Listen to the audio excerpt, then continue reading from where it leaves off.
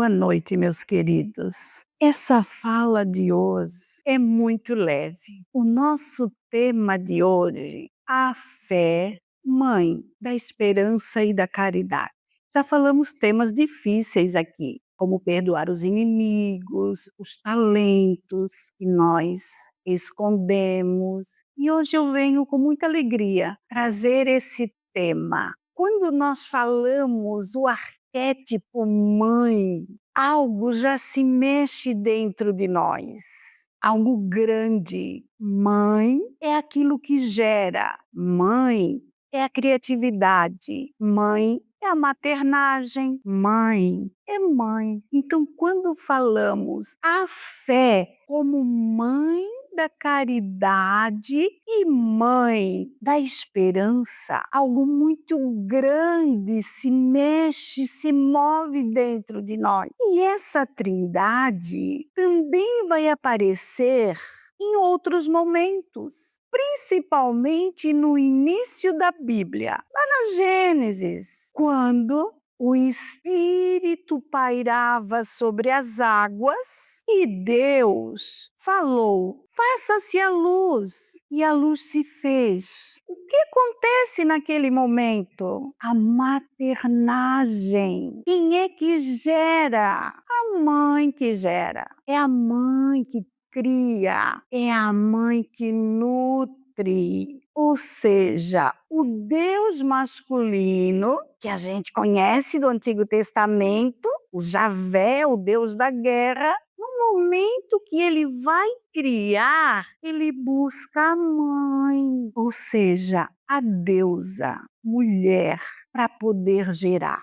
Então vejam, quando a fé busca o arquétipo da mãe e vai gerar a esperança e a caridade, que são os filhos. Os filhos. E é a esperança? A esperança é o sonho. Assim como o Espírito estava sobre as águas, alguém sonhou que existisse a luz, que existisse a terra, o ser humano. E este sonho se realiza. Então, a energia do esperança é uma energia feminina. E a energia da caridade é uma energia masculina. É um movimento, é ação. Se eu não fizer um movimento, não existe ação. Eu preciso doar, eu preciso fazer, eu preciso agir. E lembram que lá Deus também precisou falar. Então, desde que o mundo é mundo, já existia uma fé. Desde que o mundo é mundo, já existia uma esperança. Talvez a caridade não tanto. Agora imaginem nós, seres humanos, que andávamos de um lado para o outro, andávamos o tempo todo e de repente esses seres humanos, eles resolvem deixar de ser nômades. E eles resolvem parar ao lado dos rios e formar as comunidades. O que aconteceu ali? Alguém cansou, alguém estava cansado de estar fugindo dos animais. Alguém começa a sonhar, a ter esperança de uma vida melhor. Quando eles estão em comunidade, eles começam a agir. Aparece a caridade. Um começa a cuidar do outro. Então, eu estou fazendo essa fala para vocês para dizer que as religiões se apoderaram de algo que já existia, ó. Então já existia. Ficou bem claro, né? Que a fé, que a esperança já existiam. Mas chegam as religiões, e isso é lá, né, gente? Moisés, Abraão. Depois é que vai chegar as religiões. 5.000 anos. Antes, era todo mundo correndo, tá? Quando vai surgir essa religião, então ela toma posse, então ela vai dizer que essa fé é dos cristãos. E essa fé é acreditar em Deus. É também, não estou dizendo que não. Então a fé é acreditar nesse Deus, mas é muito mais, é mãe, é muito grande, é muito maior de apenas acreditar. Porque vocês já vão entender. Essa fé, essa esperança de uma vida eterna, de um paraíso, de um equilíbrio. Hoje nós fazemos nas nossas orações, qual é o nosso pedido? Oh, eu só queria um pouquinho de equilíbrio. Menos cansaço, né? Menos boleto, só um pouquinho de equilíbrio. Hoje é isso que nós pedimos, esse equilíbrio nessa vida. Mas já se pediu muito mais. Já se pediu que as guerras terminassem, já se pediu muito mais coisas. Hoje estamos talvez tão aglomerado de coisas, estamos talvez numa escassez de vida, numa escassez de saúde. Ai, principalmente depois, né, daquela Covid, que se a gente conseguir dormir bem, parece que já é o suficiente.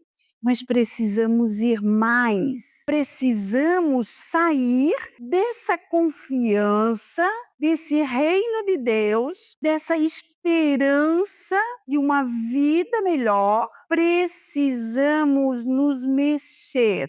Aí aqui eu vou trazer a esperança de esperar. Hoje, muitas religiões esperam o Apocalipse, o Armagedon, esperam o fim dos tempos, esperam Jesus voltar. Eu sinto muito. Ele não vai voltar. Ele está aqui. Quem ainda espera que ele volte está se equivocando. O que nós precisamos trazer é a energia crística, que é o amor, que é a caridade. Isso sim precisa surgir com toda a força. Mas o Jesus, o Cristo que já andou, esse não vem. Como se fala, se espera e se acredita. Porque é uma crença religiosa, tá, gente? De ficar de braços cruzados. Simplesmente de braços cruzados. Na esperança, na confiança, usando tudo, mas ficar de braços cruzados. Vocês acreditam que se a gente ficar de braços cruzados vai acontecer alguma coisa? Não, né? Então acho que todo mundo que está aqui já tem noção que nós precisamos sair das virtudes, né? Que tudo isso são virtudes e precisamos vir para essa esperança de esperançar, do verbo, da ação. Porque quando Deus começou a criar tudo, precisou existir a ação. Faça-se o verbo fazer.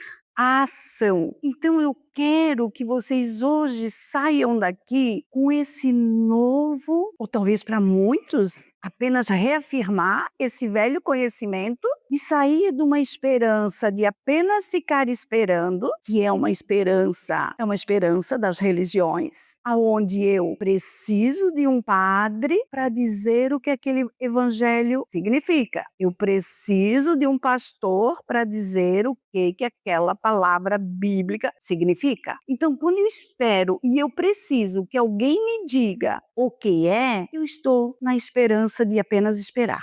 Agora, quando eu vou, eu leio, eu estudo, eu busco, eu estou na esperança de esperançar. Eu estou fazendo um movimento, eu estou buscando. E daí vocês conseguem ver como essa fé vai se incorporando, como essa fé, essa mãe de todas as virtudes, porque são muitas outras as virtudes. A paciência é uma virtude, né? A confiança é uma virtude, a esperança é uma virtude. Aqui nós estamos trazendo só duas. Aqui nós estamos trazendo a Trindade, que é uma grande base para as religiões. Né? A Trindade, Pai, Filho e Espírito Santo. Muito bem. Então essa esperança de esperanciar, ela faz um movimento. Essa fé precisa ser uma fé ativa. Adianta eu dizer que eu tenho fé, mas eu não faço nada? Adianta falarmos que acreditamos em Deus e não fazemos nada? Então a fé precisa ser ativa. Esses filhos que a fé gerou, A esperança e a caridade brigam entre si, não brigam? Quais são os filhos que não brigam? A caridade está dizendo para a esperança: descruza esses braços, vem comigo. Né? Então esses filhos estão ali, ó, num turbilhão. E essas, ó, ali já falei, ó, a Trindade. Agora eu quero que vocês reflitam comigo. Não é a fé que faculta a esperança na realização das promessas do Senhor? Quando você está passando por uma dificuldade, aí você corre rezar, né? Isso chama-se a fé de emergência, pronto-socorro, sabia? É pronto-socorro. Eu só tenho fé quando a água bate na minha bunda. Melhorei, eu não quero mais nem saber do pronto-socorro. Ah, tô bem, já não tô mais vomitando, já não tenho mais febre. Passou. Aí a fé pronto-socorro foi embora. Aí eu volto para a fé de apenas esperar. Se eu não tiver fé, o que nós vamos esperar? Hoje o nosso mundo, a gente fala muito dos jovens. Eu, como terapeuta, hoje a maior dificuldade dos pais é fazerem os filhos saírem da cama, gente. E não importa a idade. São filhos de 21 anos, são filhos de 18, 14, filhos de 27, 30 anos, que passaram a noite no celular, no joguinho, e no outro dia eles têm dificuldade de levantar. Não é um caso, são muitos casos que eu recebo no meu consultório de mães desesperadas. Mães, ó, normalmente não são os pais, não, são as mães que querem ver esses filhos em movimento e não conseguem. E o que fazer?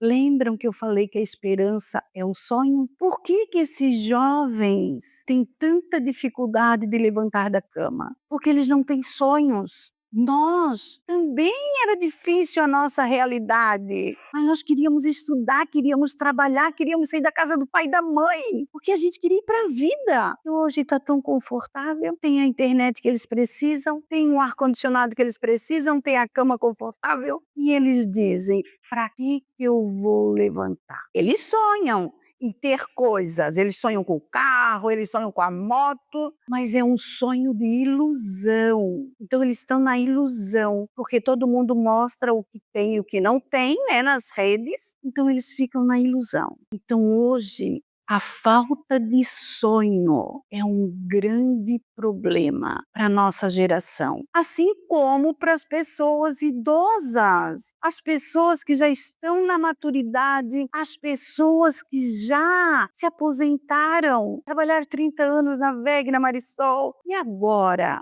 qual é o meu sonho? Elas ficam doentes. Elas ficam doentes. Por quê? Porque não tem mais esperança. Então, olhem bem essas perguntas. Qual é a tua esperança? É fazer alguma coisa para que esse mundo que eu estou vivendo se torne melhor.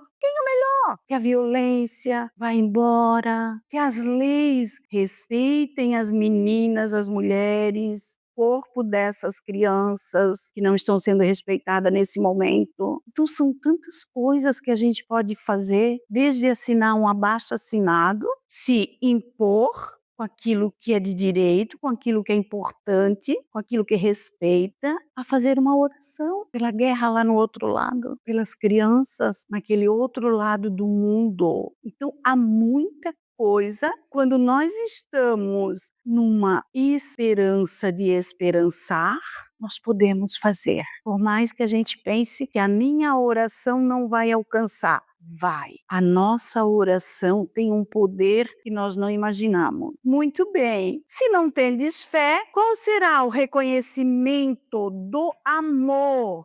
E a fé, então, é a base da regeneração. Se eu estou doente, mas eu tenho fé, eu vou me regenerar, porque eu acredito. Mas eu preciso fazer o movimento de me alimentar bem, comer frutas, de fazer um exercício, de ir para a academia. Conseguem ver que sempre tem o movimento, quanto o movimento que representa a ação está sempre junto na nossa fala. O que mais? A fé tem que ser sincera. E quando a fé é sincera, ela faz as coisas acontecerem. No meu trabalho, eu levava uma vida e eu tentava dirigir carro por 30 anos. e eu não conseguia. E de repente eu fiz uma terapia, que ela se chama, né, constelação familiar, e depois dessa terapia eu passei a dirigir. Eu sei que muitas mulheres têm esse trauma. E quando eu atendo uma pessoa hoje, eu digo para elas: confia, porque eu confio, porque eu sou o exemplo vivo da confiança, né? Porque as pessoas chegam às vezes sem fé, buscam essa terapia como a última solução. Ela não é mágica, mas ela traz uma confiança, porque a minha sinceridade demonstra. E eu digo, mesmo que você não confie, confia. Uma vez eu atendi um rapaz suicida, ele já estava a ponto mesmo de tirar a vida. E ele disse assim para mim: "Ô dona Margarete, mas a senhora confia nisso que a senhora está falando?" E ele disse assim: "Eu estou dopado." Ele nem conseguia sentar, tá na minha frente. "Eu estou dopado, eu estou cheio de remédios." E eu disse para ele: "Eu confio porque aqui eu estou tratando a sua alma, não é o seu corpo." E a gente achou, encontrou o suicida na família dele. E aquele suicida que nós podemos falar, estava encostadinho nele. E com as falas corretas, as falas necessárias, a gente afastou aquele suicida, a gente encaminhou aquele suicida. Por isso, é muito importante saber se nós temos suicidas na nossa família, se nós temos abortos, porque cada um precisa achar o seu lugar. Ali, como nós trouxemos, a esperança é a energia feminina. Esse é o lugar dela. No nosso lado esquerdo, energia feminina. A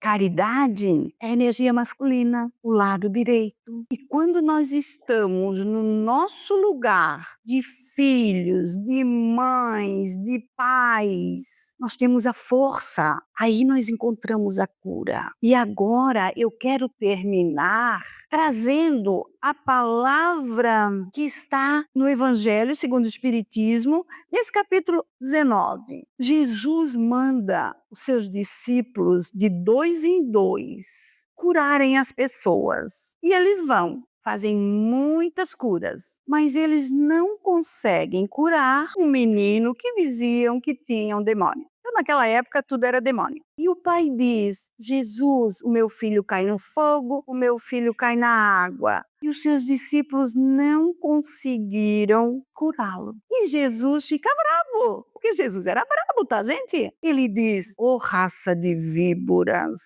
até quando ficarei com vocês? E vai e cura, tira o demônio e a criança fica curada. E daí os discípulos vão conversar com Jesus, na surdina. Jesus, por que que nós não conseguimos curar e você conseguiu? E daí Jesus diz: porque vocês são incrédulos, porque vocês não têm fé. Se vocês tivessem a fé do tamanho da semente de uma mostarda, tamanho da semente de mostarda. A semente de mostarda é a menor semente que existe. Vocês diriam para essas montanhas: montanha, mude de lugar. E as montanhas mudariam de lugar. O que representa montanha nessa metáfora da semente de mostarda? Montanha, os nossos problemas. Eu tinha uma montanha na minha vida. A minha montanha, o meu problema, era não dirigir. Porque as pessoas chegavam e diziam: oi, mas tu és tão poderosa e tu não dirigem? Aquilo me deixava pior ainda. Eu morria cada vez que alguém falava isso. Eu morria de raiva, de medo, de tudo que vocês possam imaginar. De tristeza. E a minha montanha foi transformada. O meu problema foi. Por isso hoje a minha fé, mesmo sendo do tamanho de uma mostarda, de uma semente de mostarda, eu sei, pode fazer mudança na vida das pessoas. Porque a semente de mostarda, ela traz dentro dela a genealogia da maior árvore que existe. É a menor semente, mas vai se transformar na maior árvore. Então, nós somos a semente de mostarda. Olha a nossa ancestralidade, a nossa história. Olha todos os dons que nós temos. Nós temos coisas para resolver. Temos. tudo aquilo que foi excluído, tudo aquilo que foi perdido, tudo aquilo que os nossos ancestrais não deram conta, nós ainda temos que resolver. Nós ainda temos sombras, mas nós temos muitos dons. Estar aqui é fácil? Não, mas eu estou aqui com medo mesmo. Entendem? Fazer o bem é fácil? Porque nós temos outras coisas para fazer. Ai, tá ali, ó, a Netflix cheia de séries lindas, maravilhosas. Então nós temos sempre algo nos chamando para fazer aquilo que é mais simples, digamos assim, né? Porque dizer sim para a caridade não é fácil. É realmente ter dentro de nós essa esperança de movimentar. E se a gente não fizer isso, a outra passagem nesse capítulo é o da figueira. Jesus estava saindo de Betânia e estava com fome. E ele sabia que no caminho tinham muitos pés de figueira, de figo. E ele se aproxima da figueira, ela tem a estatura perfeita, ela tem folhas verdes perfeitas, mas ela não tem frutos. E ele diz, ele amaldiçoa a figueira, que você seque e que não dê mais nenhum fruto. Quem é a figueira? Somos nós. Já chegamos na nossa estatura, na nossa maturidade, já criamos os nossos filhos, né? Já honramos os nossos pais, passando a vida adiante. Mas e agora? Então ele está dizendo para nós que do outro lado não vai ser molezinha, não. Se a gente já acha que aqui é difícil, se aqui nós já lidamos com as doenças, se aqui nós já lidamos com a escassez, aqui nós já lidamos com a pobreza, com as enchentes, né, com as tempestades, com os frios, que está todo mundo assustando e ninguém fazendo nada, ninguém limpando o rio, ninguém limpando o bueiro, apenas esperando a enchente vir. Estão vendo como é que funciona? Né? A gente só escuta no noticiário. Ai, porque o El Niño está chegando e porque vem tempestade. Tá, então vamos limpar os rios? Então vamos limpar os bueiros, gente. É tão simples, mas fica esperando a desgraça, né? Ficam esperando a desgraça. Então, eu só quero dizer para vocês que o lado de lá, quando a gente fizer essa passagem, também não vai ser fácil. É o que a gente lê nos livros espíritas, nos livros do Robson Pinheiro, nos livros de Ronaldo e de tanto do Chico Xavier. Quanta coisa que a gente já leu. E isso tudo é para nos dizer que não podemos parar. E esse movimento que precisamos fazer é o tempo todo, porque vamos ser cobrados, assim como já foi falado dos talentos que foram cobrados. Então agora a metáfora que vem nesse capítulo da fé é exatamente a semente de mostarda. Já está dentro de nós esse dom. Precisamos apenas transbordar. Precisamos apenas deixar essa semente transbordar, crescer, se multiplicar e dar os frutos. Então, para concluir, precisamos ter uma fé viva, tá? Então Jesus disse: a fé sem a caridade é vazia, a fé sem a caridade é morta.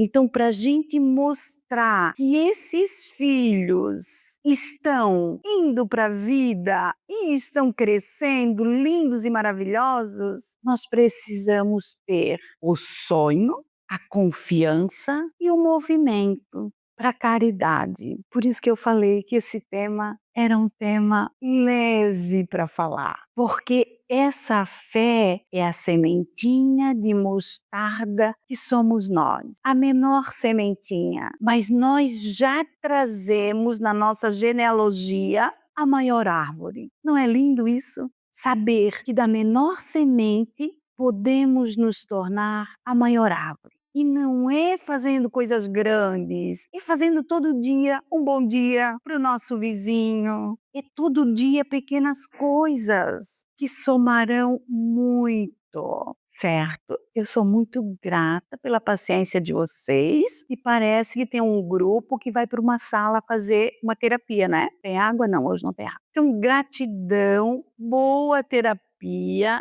e boa noite para vocês.